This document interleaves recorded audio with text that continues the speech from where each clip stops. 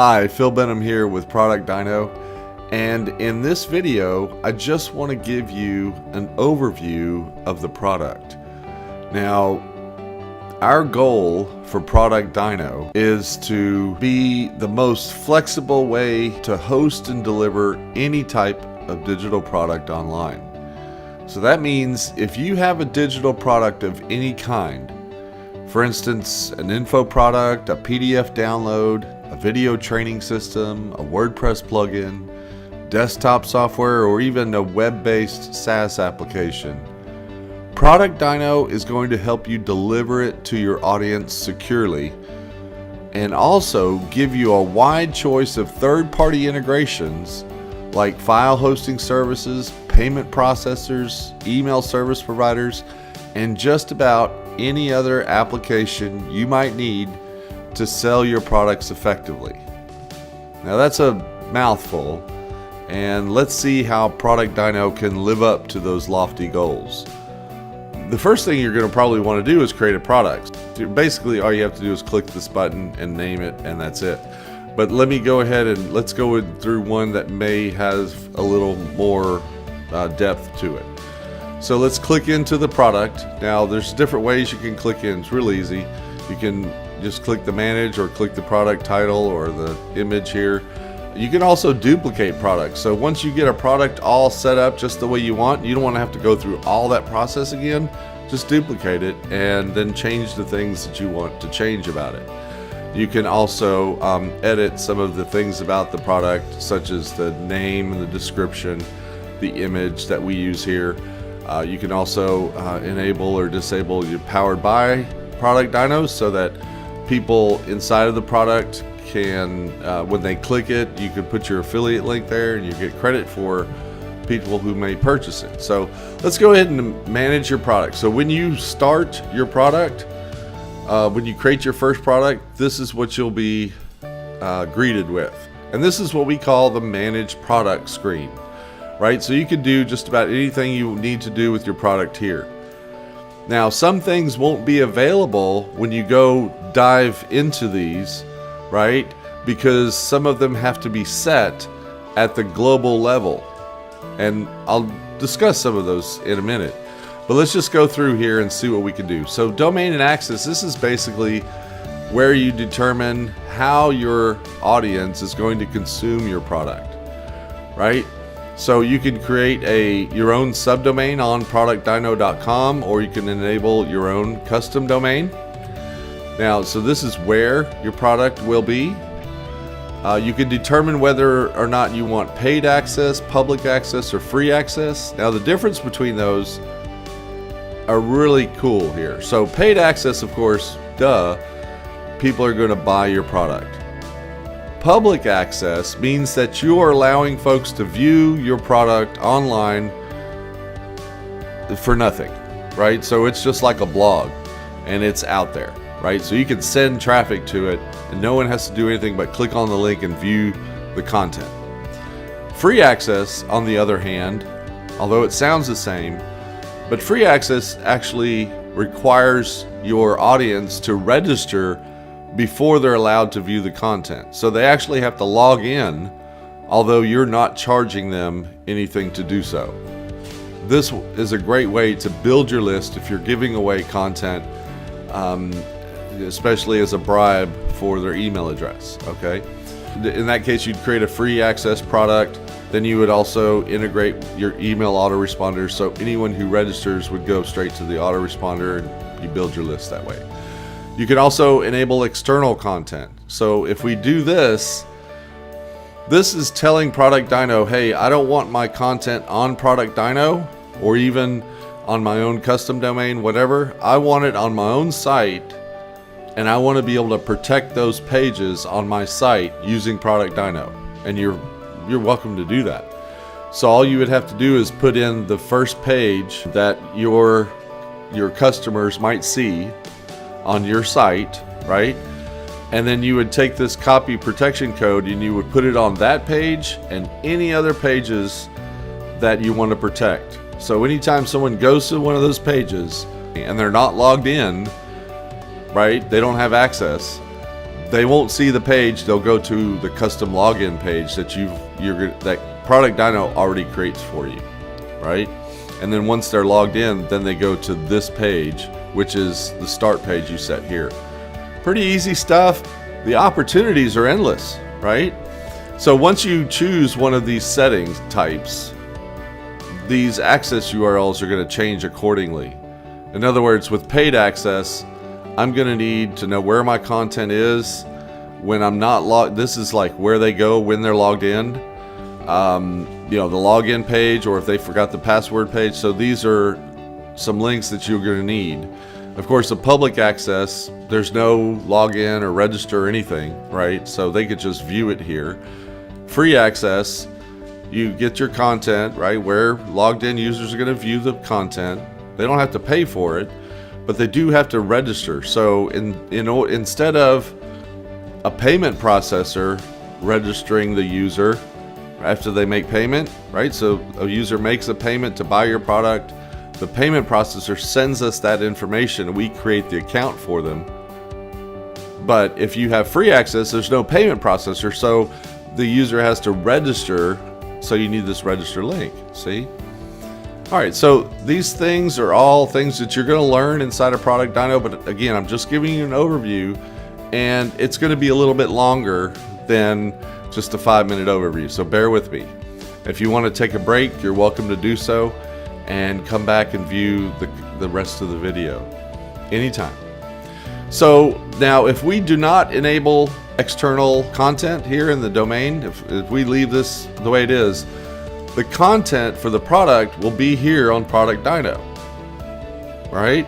So let's go into this. This is the content of the product, right? This is like the bread and butter of what your users or what your audience is going to consume.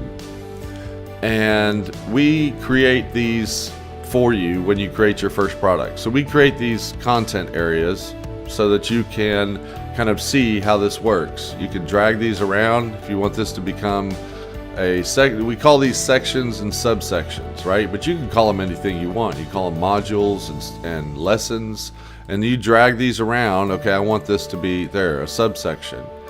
Let's say I want to move this whole section up here. I can do that. So I can really get into where all of this stuff is. Now, each of these sections that are in bold, you can actually have these on the front page of your product. So when people see the product for the first time, you maybe make one of these, like let's say just one without any content or without any subsections. You can make this, a welcome video.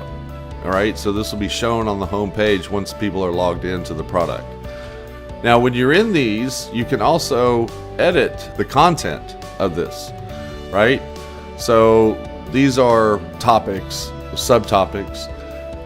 So when you go through, you can actually manage the content that's on each one of these, right? So you can have different types of content. You can add audio content, video, more likely images. You can add text. And what's really cool about this text editor is that we've kind of given you a whole lot of things to do with this, right? So you can put links in here, you can put a list in, you can center it or right align it, left align it, bold it, all this kind of good stuff. So you can do just about anything you want with this text. And let's say we want to add a video content. We can add YouTube video, Vimeo URLs, we can add URLs that are online somewhere. Or if we have an S3 account, you would be able to upload videos to your S3 account and we'll protect those videos. So it's an added layer of protection if you're really worried about people stealing your content. So you're able to do that. You can publish and unpublish these instantly. Drip settings, you can drip these out to your customers if you want. Supporting files. All right, so we've gone through content. Now, I'm not going, real deep into it, but again, I'm just kind of showing you a little bit about it. All right, so customize. Now, customize is customizing your product. There's all different things that you can customize about this. Now, the design is basically the look and feel of the product when your visitors come in and they look at your content, right? We talked about the sections and subsections.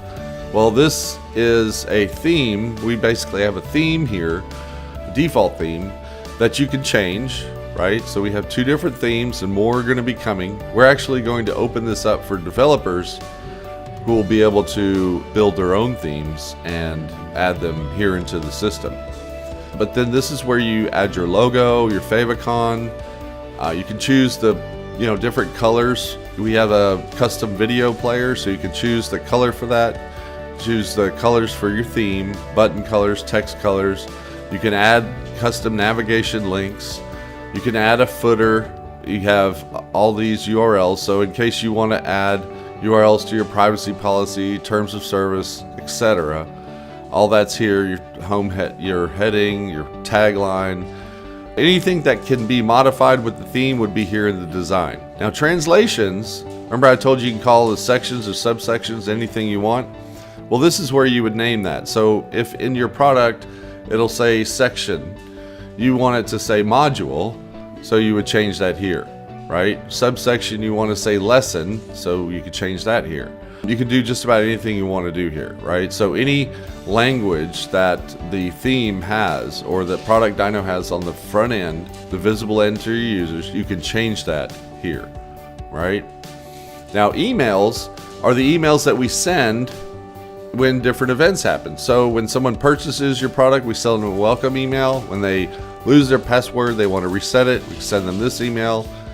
If their product is expiring soon, we'll send them this email. And if finally they have either canceled or they never made payment, and access is revoked, we send them an email here. And you're able to modify all of these things and add these variables into the text there, right?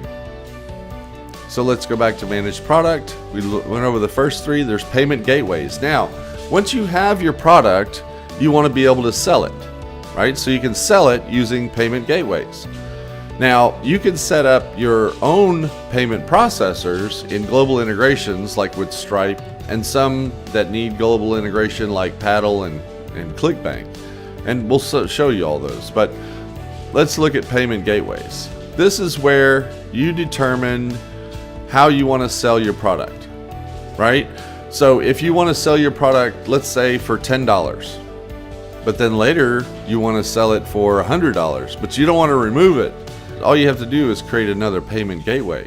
So you can have multiple price points, you can use multiple platforms, right? So if you want to sell your product on JVZoo, ClickBank, and Warrior Forum, bam, you can do that with ProductDyno. Just add those three payment gateways. You can sell them on different prices on those different platforms. It's whatever you want to do. So this is endless. You can have as many payment gateways as you want for a product. And it's real easy to do.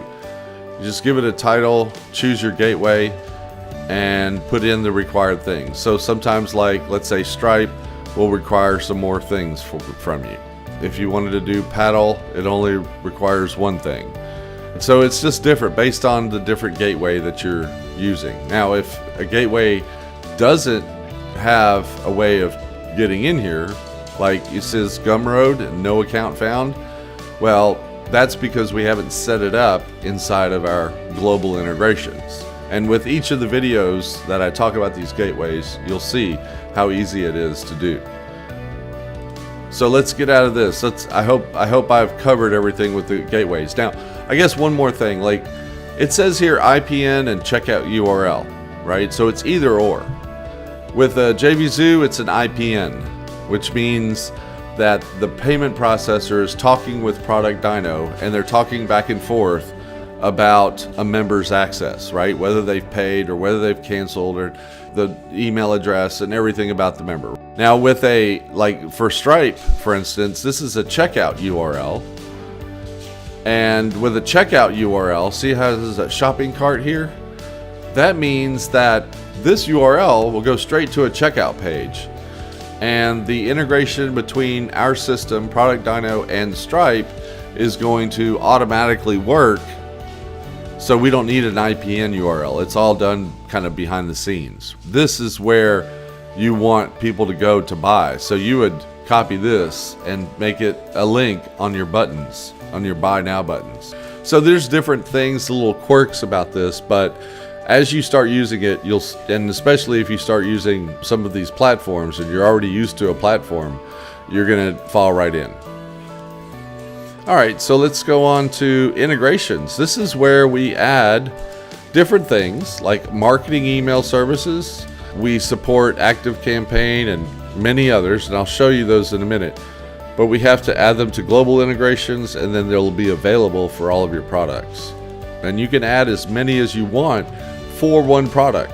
So let's say, for instance, I've had, let's say, 5 different email services set up in global integrations, and I wanted to add them all to this product. Or another scenario might be one that I recently encountered, where I was selling a product and I had a JV manager who was helping us recruit JVs. And he wanted all of the customers as a customer list for himself. That was part of our agreement. So I wanted all the customers too.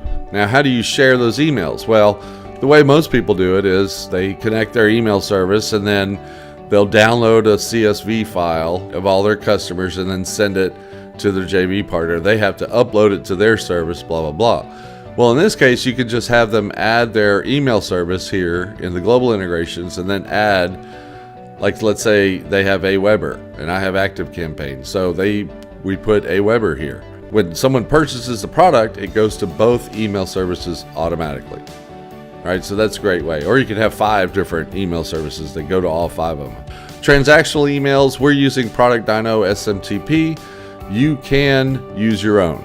So if you have a connected account in global integrations, you'll be able to add it here. It's easy peasy.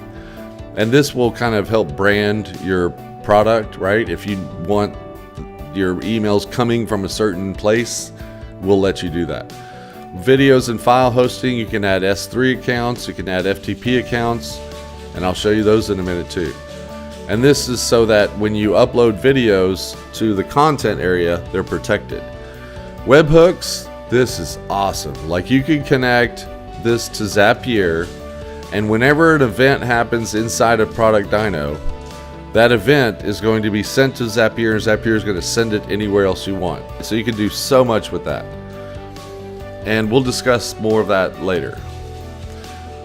Back to manage the product, we talked about everything except licensing and members. Now, licensing is a way for you to license a product. So let's say you have a WordPress plugin and you have the download, you uploaded it as a file, a supporting file in your content, and someone downloads it.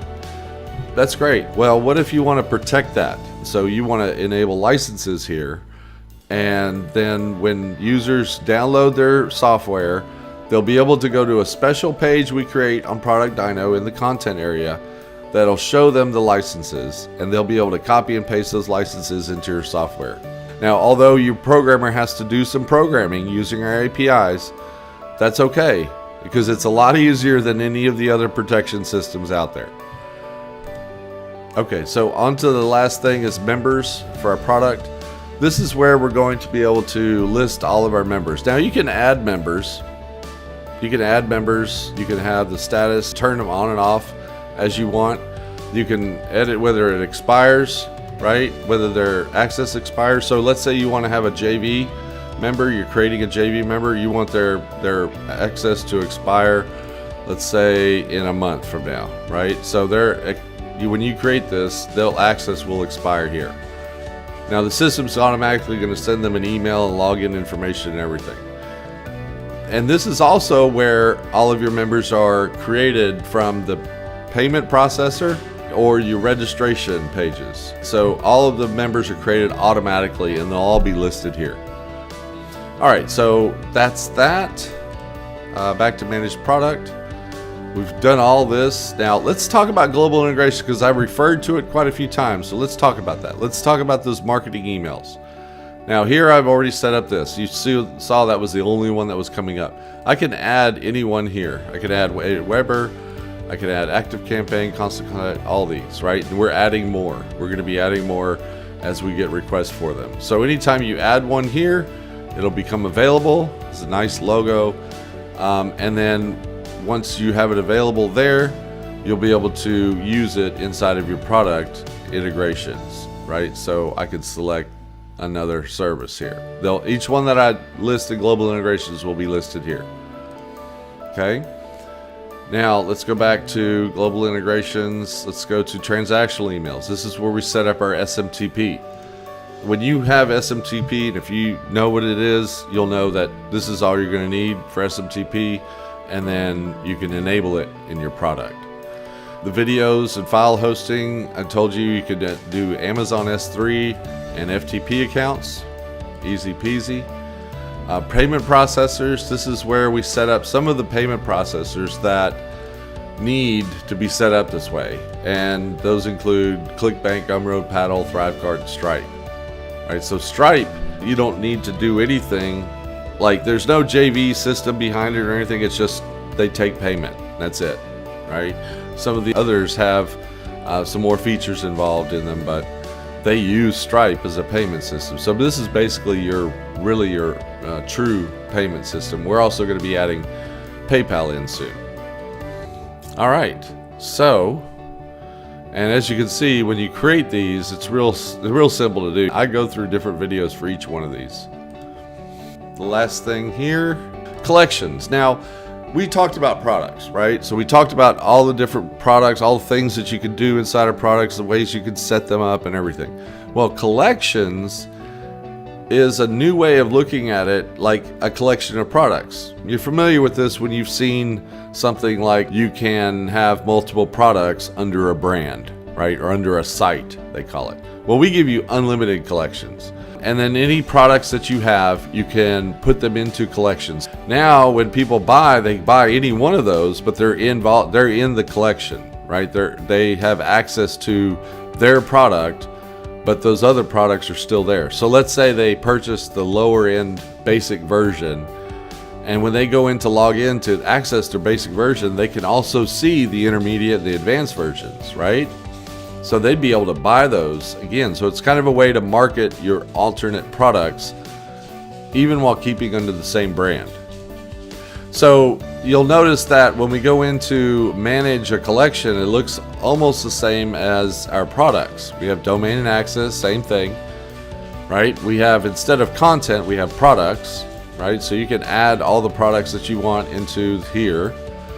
You can customize it just like with a product, okay? Design, translations, emails that are sent out, everything. You can also add payment gateways, of course. Now, payment gateways are really cool because you set these up with like products. So you can add all the products in the collection, or you can add one of these products by itself, or you can have 3 products or whatever, okay? Now, that's really neat. So you can select different products for different payment gateways, right? So you're basically creating packages here, okay?